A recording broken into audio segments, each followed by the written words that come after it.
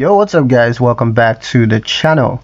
In today's video, let me show you how to set up multi-factor authentication in QuickBooks.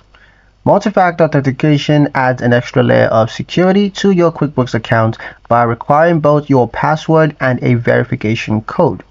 Let me show you how to get this done. Now the first step is to sign into your QuickBooks account management.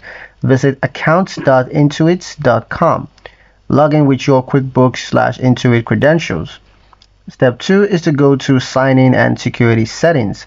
Now click Sign In and Security from the menu and then find two-step verification or multi-factor authentication. Step 3 is to choose your verification method. You have two options. You can choose SMS, that's text message. All you got to do is enter your phone number, or you can choose Authenticator app where you can scan a QR code using apps like Google Authenticator or Audi.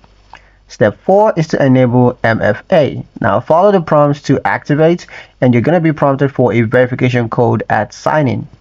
Step 5 is to save backup codes. This is optional of course, but some methods provide backup codes in case you lose access to your phone and you want to store them safely. Pro tip is to use an Authenticator app instead of SMS for much stronger security.